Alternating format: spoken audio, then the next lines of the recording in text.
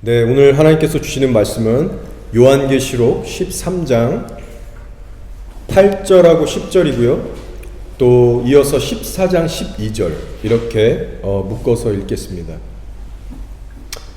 환난을 이기는 성도의 인내와 믿음이라는 주제로 나누겠습니다. 자, 우리 다 같이 함께 읽겠습니다. 시작. 죽임을 당한 어린 양의 생명책에 창세 이후로 이름이 기록되지 못하고 이 땅에 사는 자들은 다 그 짐승에게 경배하리라. 사로잡힐 자는 사로잡혀 갈 것이요 칼에 죽을 자는 마땅히 칼에 죽을 것이니 성도들의 인내와 믿음이 여기 있느니라. 자, 14장 12절. 성도들의 인내가 여기 있나니 그들은 하나님의 계명과 예수에 대한 믿음을 지키는 자니라. 아멘. 네, 우리가 살고 있는 지금은 정말 마지막 때입니다. 마지막 때라는 증거들이 여러 개가 있지만 그중 분명한 한 가지의 증거는 코로나 바이러스죠. 전 세계를 웃돌고 있는 전염병이에요. 뉴질랜드는 그나마 괜찮지만 지금 온 세상이 난리 법석입니다. 그래서 저도 고국인 우리 한국을 한번 방문하고 싶지만 쉽지가 않아요. 가면 또 자가격리 2주를 해야 되고 또 어렵고 불편하고 또 전염의 위험성도 있습니다. 이스라엘도 그렇게 가고 싶지만 못 가고 있어요. 그래서 이런 불편한 상황들을 생각할 때마다 진짜 지금 마지막 때구나. 피부로 절감하게 됩니다. 최근 소식에 의하면 이스라엘에서도 코로나 확진 수가 5만 6천 명인가요? 그 이상이 넘어갔대요.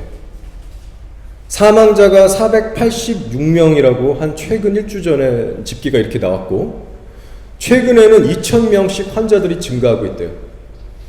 우리나라보다 훨씬 더 심각합니다. 그래서 정부가 너무 관리를 못한다면서 시민들이 막 시위를 벌이고 있는 상황이에요. 자, 그런데 이 와중에서도 반가운 소식도 있습니다.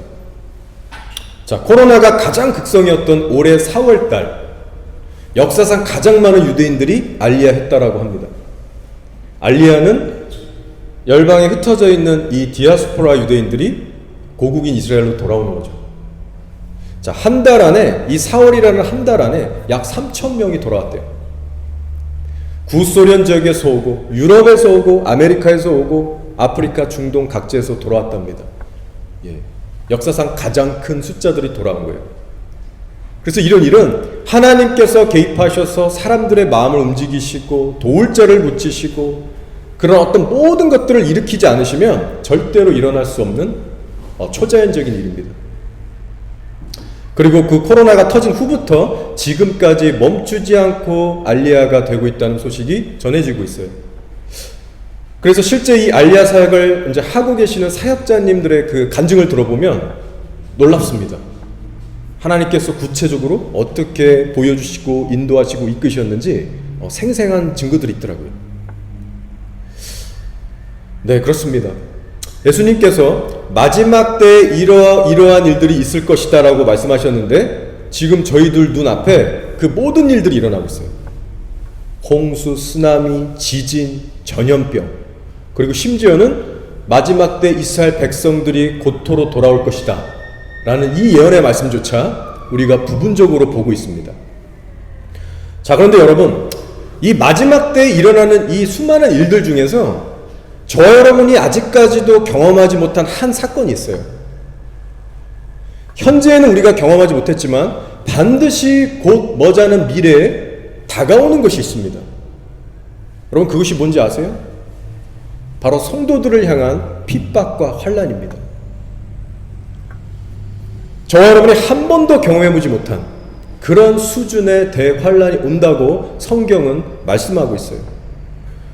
마지막 때에 각 민족과 나라들의 복음이 전해질 것이고 이스라엘이란 나라도 회복될 것이지만 동시에 전무후무한 환난도 함께 있을 것이다.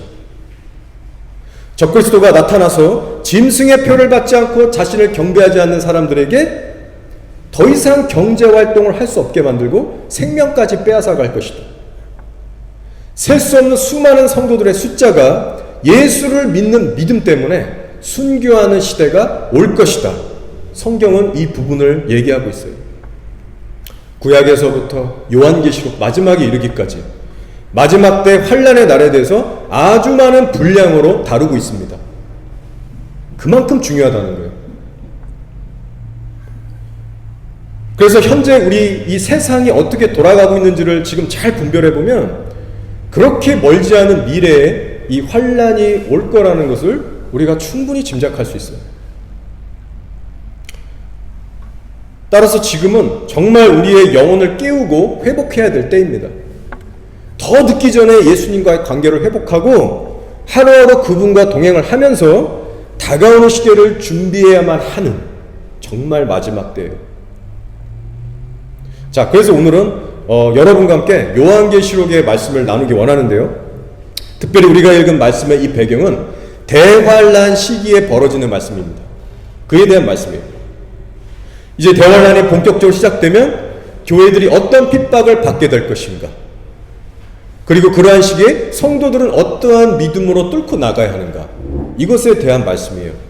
자, 오늘 우리가 한번 살펴본 말씀들을 제가 다시 한번 읽어보겠습니다. 여러분 한번 따라와 주세요. 요한계시록 13장 8절 그리고 10절이에요. 죽임을 당한 어린 양의 생명책에 창세 이후로 이름이 기록되지 못하고 이 땅에 사는 모든 사람들은 다 그 짐승에게 경배하리라. 사로잡힐 자는 사로잡혀갈 것이요 칼에 죽을 자는 마땅히 칼에 죽을 것이니 성도들의 인내와 믿음이 여기 있느니라. 14장 12절입니다. 성도들의 인내가 여기 있나니 그들은 하나님의 계명과 예수에 대한 믿음을 지키는 자니라. 제가 계시록 13장, 14장에 걸쳐서 한두 구절씩 뽑은 말씀입니다. 이 말씀들의 배경은 환란기 중에서도 가장 핍박이 세다는 중간 3년 반이에요. 중간 후 3년 반. 이 시기에 적그리스도가 어떻게 하냐면 본색을 드러내면서 교회와 이스라엘을 대놓고 핍박하게 됩니다. 수많은 순교자들이 나올 거예요. 자, 그런데 우리가 더 주목하고자 하는 것은 이 말씀들에서 공통적으로 언급하고 있는 핵심 키워드입니다. 자, 그것이 뭐냐면 성도의 인내와 믿음이라는 단어예요. 성도의 인내와 믿음.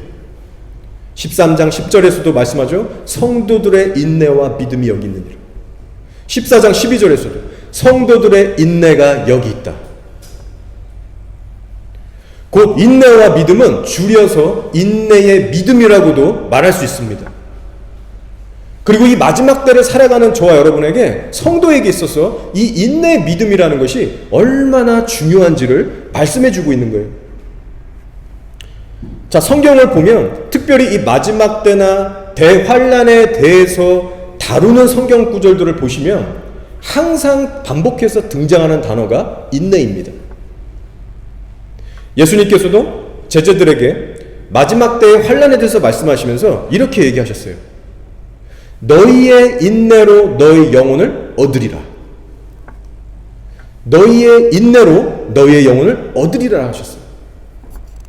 이 말씀의 의미는 인내가 없는 믿음은 버틸 수 없다는 거예요. 그래서 그냥 믿기만 하는 피상적인 믿음으로만은 안 된다. 인내의 믿음을 가져라 라고 말씀하신 겁니다. 제가 이번 주에 이 말씀들을 묵상하면서 성령님께서 특별히 이 인내라는 단어를 조명하게 하셨어요. 그리고 깨닫게 하신 것은, 아, 그렇구나, 다가오는 이 환란의 시기를 이기려면 우리에게 필요한 것은 인내의 영성이구나. 어떤 기적을 일으키고 권능을 행하는 그런 능력의 은사가 있다고 해서 환란의 시기를 이길 수 있는 것이 아니고, 오직 인내하는 훈련을 지금부터 훈련하면서 매일같이 통과하는 사람들만이 견고한 믿음으로 준비돼서 마지막 때 환란도 이길 수 있다라는 그 깨달음이 다시 한번 마음에 와닿게 됐어요. 맞습니다, 여러분. 인내의 영성은 너무나도 중요합니다. 어떠한 시련과 핍박 가운데 있을지라도 우리의 믿음을 끝까지 지탱해주고 버티게 해주는 것이 바로 인내예요. 자, 그런데 여러분, 성경에서 말하고 있는 인내는요, 세상 사람들이 이해하고 있는 인내의 개념과는 좀 다릅니다. 자, 예를 들면 학생이면 놀고 싶은 거 참고 학생의 본분으로서 공부해야죠. 근데 이런 인내의 수준을 얘기하는 것이 아니에요. 또 주부면 주부답게 밥빨래 귀찮아도 해야죠. 근데 그런 참는 것을 얘기하는 것이 아닙니다. 세상적으로 보면 그것도 인내지만 성경이 말하는 본질적인 인내의 개념하고는 다른 거예요. 자, 그렇다면 성경에서 말하는 인내란 무엇이냐?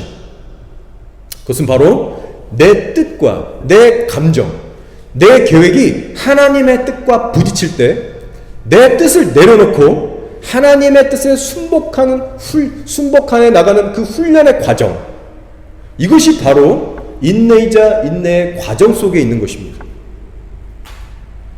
내가 하나님을 신뢰하기 어려운 상황 속에 있을 때, 혹은 순종하기가 어렵고 애매한 상황일지라도 하나님을 끝까지 묵묵히 신뢰하며 순종해 나가는 이 과정을 통해서 하나님이 원하시는 인내가 길러진다는 것이죠. 이것이 바로 인내의 믿음이에요. 그렇기 때문에 교회는 우리가 항상 다니지만 이 말씀에 순종하는 훈련을 하지 않는 사람들은 결코 인내를 배울 수가 없게 됩니다. 자, 요한계시록 12장 17절을 보시면 이런 말씀이 있어요. 자, 한번 들어보세요. 용이 여자에게 분노하여 돌아가서 그 여자의 남은 자손 곧 하나님의 계명을 지키며 예수의 증거를 가진 자들과 더불어 싸우려고 바다 모래 위에 서 있더라라는 말씀이에요. 자, 이 말씀의 배경은 동일하게 후 3년 만에 대환란 시기에 대한 이야기입니다. 적그리스도가 분노하면서 참된 진짜 크리스찬들을 죽이려고 하는데, 우리가 여기서 주목하기 원하는 것은 이 참된 성도들의 신앙에 대해서 성경이 어떻게 묘사하고 있냐라는 거예요. 자, 성경이 말씀하기를 그 여자의 남은 자손, 곧 참된 진짜 성도들은 하나님의 계명을 지키며 예수의 증거를 가진 자들이라고 설명하고 있어요. 진짜 성도의 정의를 내려버리고 있습니다. 여러분, 사단이 아무나 가서 가짜 성도를 괴롭히는 게 아니에요. 사단이 분노해서 타겟을 삼고 있는 진짜 크리스찬들이 있는데 이 사람들만이 구원을 받는 진짜 백성이에요. 근데 그들의 신앙의 태도가 어떠냐면 하나님의 계명을 지키며 예수의 증거를 가진 자들이라고 말씀하고 있어요. 쉽게 얘기하면 하나님의 말씀을 일상에서 충성스럽게 순종하면서 예수 그리스도를 믿는 믿음을 가진 사람들이라는 뜻입니다. 바로 여태까지 우리가 살펴본 대로 인내의 믿음을 가지고 하루하루를 충실히 살아가는 크리스찬들을 얘기하는 거예요. 자, 그래서 예수님께서 계시록 13장 10절, 오늘 우리가 읽은 그 말씀 중 하나죠. 13장 10절에서 이 진짜 성도들을 향해서 이렇게 말씀하시는 거예요. 사로잡힐 자는 사로잡혀갈 것이요 칼에 죽을 자는 마땅히 칼에 죽을 것이니 성도들의 인내와 믿음이 여기 있느니라. 무슨 말입니까? 평소부터 인내 믿음으로 살아왔던 성도들아, 마지막 때 환난이 와도 끝까지 인내하고 믿음으로 돌파해라라는 뜻이에요. 그리고 이 말씀이 우리가 오늘 읽은 마지막 계시록 14장 12절 말씀과 연결이 되고 있습니다. 자, 계시록 14장 11절 우리 다 함께 한번 읽어보겠습니다. 시작. 성도들의 인내가 여기 있나니 그들은 하나님의 계명과 예수에 대한 믿음을 지키는 자니라. 아멘. 지금 똑같은 말씀들이 반복돼서 12장, 13장, 14장에 계속 강조되고 있는 겁니다. 환난의 시대에 대한 이기로 가득 차요. 그리고 그 안에서 진정한 성도들의 신앙에 대해서 이야기하는데 한결같이 동일한 기준을 제시합니다. 곧 인내의 믿음을 소유한 성도들을 얘기해요. 자, 그리고 이들은 환난이 오기 이미 예전부터, 환난 때문이 아니라 이미 그 전부터 평소의 삶에서부터 그렇게 훈련해 왔었고 살아냈다는 것을 우리가 알 수 있어요. 제가 이 말씀을 준비하면서 이 시대의 교회 세대들, 청년들부터 어른들 모두 이르기까지 좀 걱정이 됐습니다. 왜냐하면 과연 이 인내라는 신앙의 요소가 이 세대의 교인들에게 있어서 얼마나 귀하고 소중한 것으로 여겨지고 있을까? 이런 안타까운 의구심이 드는 거예요. 여러분도 아시다시피 오늘날은 최첨단 과학시대입니다. 그만큼 빠르고 편한 것에 길들여진 시대예요. 손으로 터치하기만 하고 쓸기만 하면 화면이 움직여요. 인공지능이 돼요. 그래서 뭘 진득히 참고 기다리고 시간을 투자하는 이런 일들에 대해서 잘 못하는 세대입니다.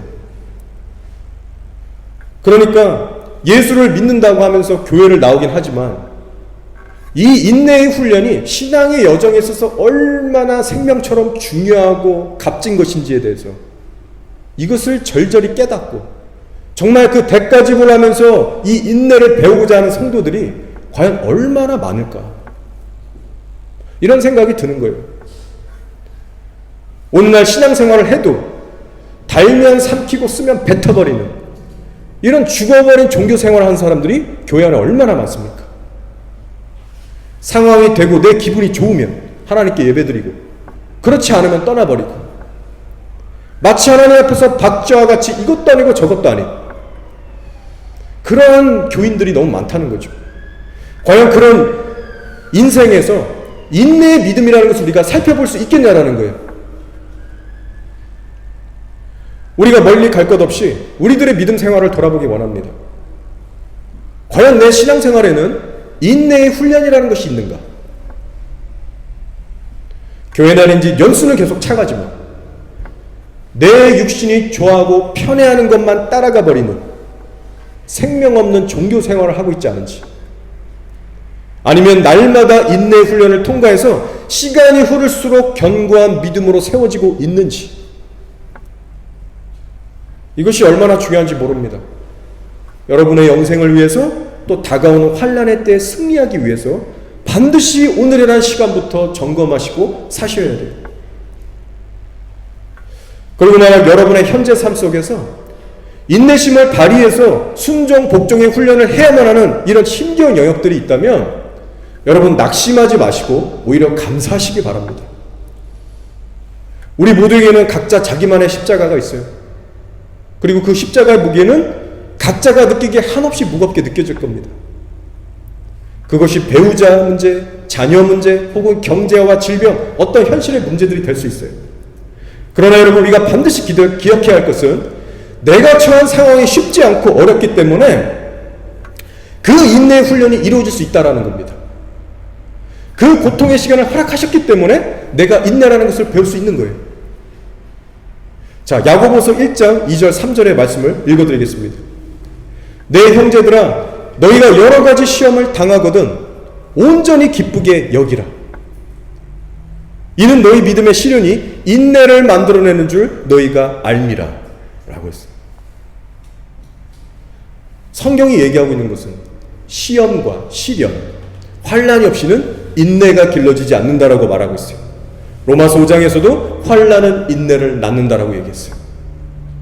그리고 바울이 얘기하는 것은 너희가 여러 가지 시험과 시련과 고난을 만날 텐데 오히려 기뻐하라고 말씀하고 있어요. 시련 가운데 온전히 기뻐해라. 이게 무슨 뜻입니까?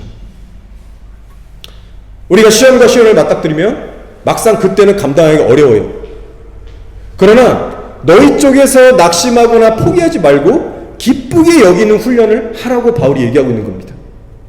나의 마음과 생각이 낙심에 빠지지 않도록 절대 틈을 주지 말고 온전히 기뻐해라. 완전할 정도로 그 틈을 막고 방심하지 말라. 기뻐하기를 노력해라라는 거예요. 그래서 온전히 기뻐하는 일은 저절로 쉽게 되어지는 것이 아니고 나의 믿음의 고백과 결단과 의지를 지속적으로 드리는 신앙의 훈련을 통해서만 이루어지게 됩니다. 이것이 현실이에요.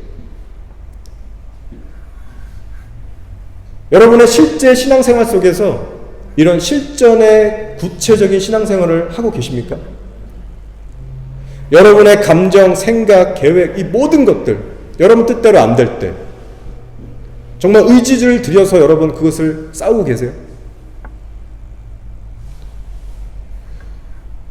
낙심과 인내라는 것은요, 사실 종이 한 장 차이라고 설명할 수 있습니다. 낙심이라는 것도 상황이 어렵고 절망스러워서 찾아오는 것이고요, 인내라는 것도 따지고 보면 내가 감당할 수 없을 만큼 어렵고 힘든 상황이 내게 오기 때문에 인내라는 것이 요구되는 거예요.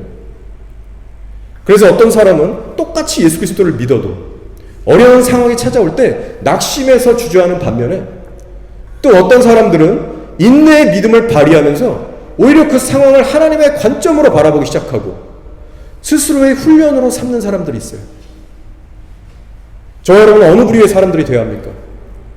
바로 후자의 사람들이에요. 이것이 복된 자들의 모습이에요. 우리는 늘 낙심과 인내의 기로에 서게 될 터인데, 그때마다 중요한 것은 낙심을 버리고 인내의 훈련으로 바로바로 전환시킬 수 있는 구체적인 신앙의 훈련이 필요한 것입니다. 그래서 이런 훈련을 계속해서 거쳐나가는 사람은요, 반드시 영적 성장이라는 것을 경험하게 됩니다. 그리고 엄청난 변화를 일으키는 그런 인생으로 만들어가게 돼요. 따라서 현재 여러분을 낙심케 하고 지치게 하는 일이 있으시다면, 이 일은 내가 그냥 낙심하고 신세한탄으로 끝날 것이 아니고 하나님이 내게 허락하신 귀한 인내의 훈련이구나. 그러니 내가 이 과정을 잘 통과하면 하나님의 귀한 그릇으로 빚어지겠구나. 이 하나님의 관점이 회복되는 놀라운 축복이 있으시길 바랍니다. 저는 이 설교를 준비하면서 다윗이 문득 떠올랐어요. 근데 어떤 장성한 왕의 모습의 다윗이 아니고 그가 들판에서 양을 치던, 아무도 알아주지 않았던 10대 초의 어린 목동의 다윗이 떠올랐습니다. 자, 왜냐면 이 어린 다윗이요, 들판에서 막 양만 쳤는데 갑자기 어느 날 혜성같이 나타나서 아무도 쓰러뜨리지 못했던 골리앗을 이겨버리거든요. 저는 이 장면이 떠오르면서 그렇구나, 마치 정말 세상 그 누구도 감당할 수 없는 이 대환란이 올 때 이 세상을 이길 수 있는 영성이 바로 여기에 있구나, 이것이 오버랩돼서 떠오르더라고요.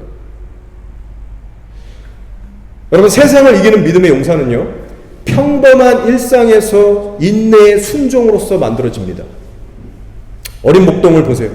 맨날 하는 일이 양치면서 들판에서 자랐습니다. 근데 그 일을 기뻐서 자발적으로 한 것 같진 않아요. 왜냐하면 시편 27편 10절에서 다윗이 이렇게 고백해요. 자기 어린 시절에 대해서. 내 부모는 나를 버렸으나 여호와는 나를 영접하시리로다. 주로 해석하는 것들을 보면 다윗의 그 형제들에 비해서 부모님의 사랑을 잘 받고 자라지 못한 것 같아요. 체격도 가장 아마 작았을 것이고 제일 어린 그는 막내였는데 들판에 혼자 남겨져서 양들을 쳐야 했습니다. 그 사나운 짐승떼가 있는 들판에서, 사자와 곰, 이리들이 있는 그 들판에서 혼자 외롭게 수많은 양들을 쳤어요.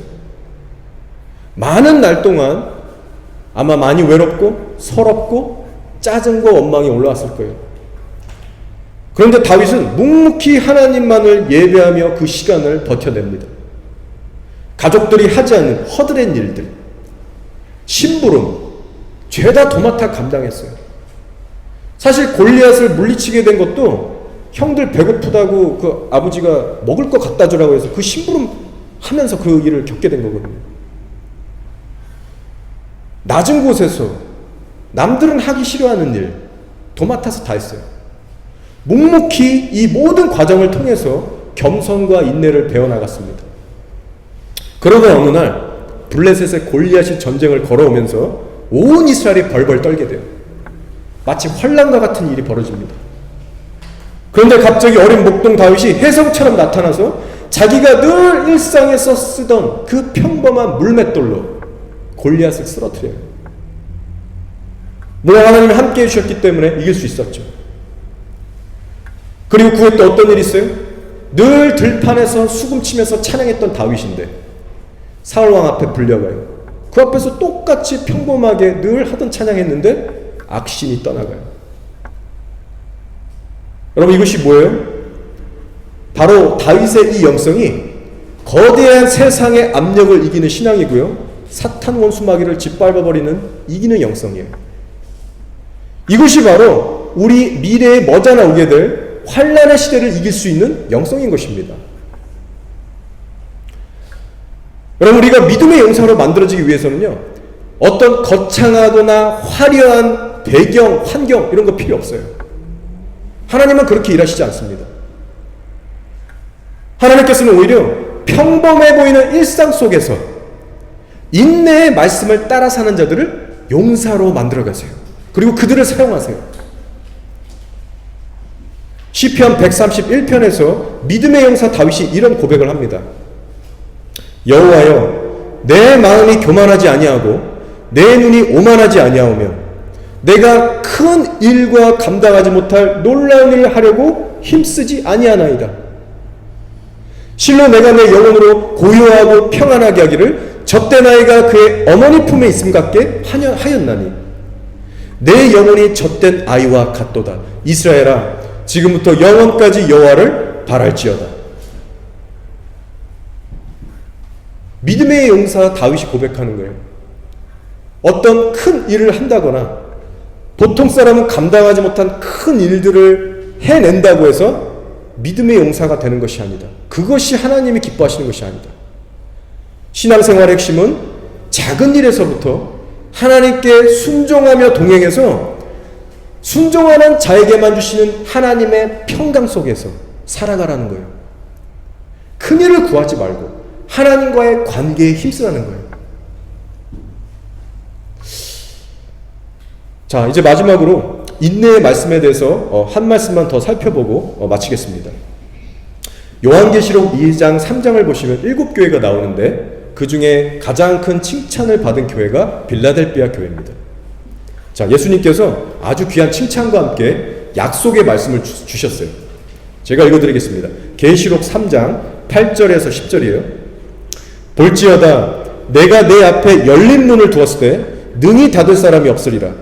내가 내 행위를 아노니 내가 작은 능력을 가지고서도 내 말을 지키며 내 이름을 배반하지 아니하였도다. 마치 어린 목동 다윗처럼 빌라델비아 교인들은요, 학벌 어떤 그런 배경, 사회적인 배경 좋지 않았습니다.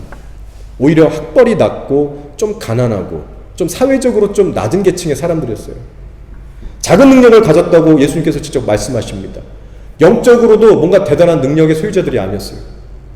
그러나 예수님이 오직 귀하게 보신 것은 너희가 내 말을 지켜 배반하지 아니하였다. 순종을 귀하게 보셨어요. 작은 능력에서 나오는 충성, 인내의 순종, 이것을 기쁘게 보셨습니다. 그래서 구체적으로 다음 구절에서 이런 약속의 말씀을 주세요. 너가 나의 인내의 말씀을 지켰은즉 내가 또한 너를 지켜 시험의 때를 면하게 하리니 이는 장차 온 세상에 임하여 땅에 거하는 자들을 시험할 때라라는 놀라운 약속의 말씀을 주세요. 먼저 말씀에 대해서 표현하시기를 나의 인내의 말씀이라고 직접 표현하세요. 여러분, 이게 무슨 말이에요? 이 말의 뜻은 예수님도 인간의 몸을 입고 살아보셨기 때문에 육신의 연약한 몸을 입은 상태에서 하나님의 이 거룩한 말씀대로 사는 것이 만만치 않다는 걸 알고 계셨던 거예요. 얘들아, 나도 안다. 나도 그 어려움 알아. 쉽지 않을 거야. 인내가 없이는 내 말씀 죽어도 못 지키는 거 나도 알아. 이런 의미예요. 그러시면서 놀라운 축복의 말씀을 주세요. 너가 나의 인내의 말씀을 지켰은즉 나 또한 너를 지켜 시험의 때를 면하게 해주겠다. 이는 장차 온 세상에 임하여 땅에 거하는 자들을 시험할 때라. 예수님께서 분명히 산상순에서 말씀하셨죠. 너희가 남을 비판하는 것처럼 너희도 비판을 받을 것이다. 너희가 남을 헤아리는 것처럼 너희가 헤아림을 받을 것이다. 근데 여기서는 주님이 지켜주신다고 약속하시는 거예요. 왜요? 너희가 먼저 나의 인내의 말씀을 지켰기 때문에 내가 이제는 너를 지켜주겠다. 여러분, 박보영 목사님의 간증을 들으시면 이런 내용이 나와요. 13년간 아무도 알아주지 않는 그 정말로 허접한 그 교회 건물 속에서 노숙자들, 버려진 고아 깡패들하고 맞으면서 고통 속에서 섬기시고 13년이라는 세월이 끝났을 때 예수님이 나타나셔서 이렇게 말씀하셨대잖아요. 내 종아 내가 다 봤다. 너가 하나밖에 없는 그 귀한 옷을, 외투를 노숙자를 위해서 벗어주는 거, 그거 내가 봤고, 너가 수일을 굶어서 쩔쩔 배가 골마있는데 우연히 밖에 나가서 밥을 얻어먹을 기회가 생겼는데 너랑 함께 굶고 있는 집안의 아이들을 생각해서 먹을 수 있는 숟가락을 내려놓았을 때 그 장면을 보이시면서 내가 다 받다 내줘. 그러면서 하시는 말씀이 뭐냐면 네가 나를 지켰으니 이제는 내가 너를 지키겠다. 내가 너를 높이 들어서 열방의 도구로 삼을 것이고 너는 평생 줄이지 않을 거야. 이 말씀을 주셨다는 거예요. 그리고 실제 그렇게 현실로 이루어졌습니다. 여러분, 계속해서 인내의 말씀을 지키며 사는 성도들은요, 하나님께서 결코 버리지 않으실 뿐만 아니라 놀라운 특별한 은혜로서 끝까지 붙드시고 보호하십니다. 사실 이 빌라델피아 교회에게 주시는 이 약속의 말씀은요, 상당히 예언적인 말씀이기도 해요. 왜냐하면 장차 온 세상에 임하여 땅에 거하는 자들을 시험할 때 너를 면하게 한다라는 이 말씀은요, 사실 우리 이제 미래에 겪을 대환란이 와서 적그리스도가 온 세상 사람들을 핍박할 때 바로 그것을 예언하고 있는 거예요.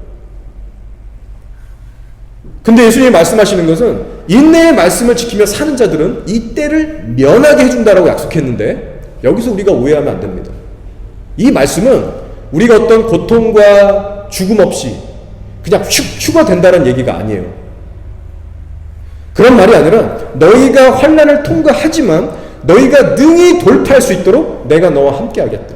그것이 순교든 핍박 뭐가 됐든 내가 너를 붙들어서 끝까지 가게 하고 내 앞에 설 수 있게 해주겠다라는 말씀입니다. 자, 이제 말씀을 정리할게요.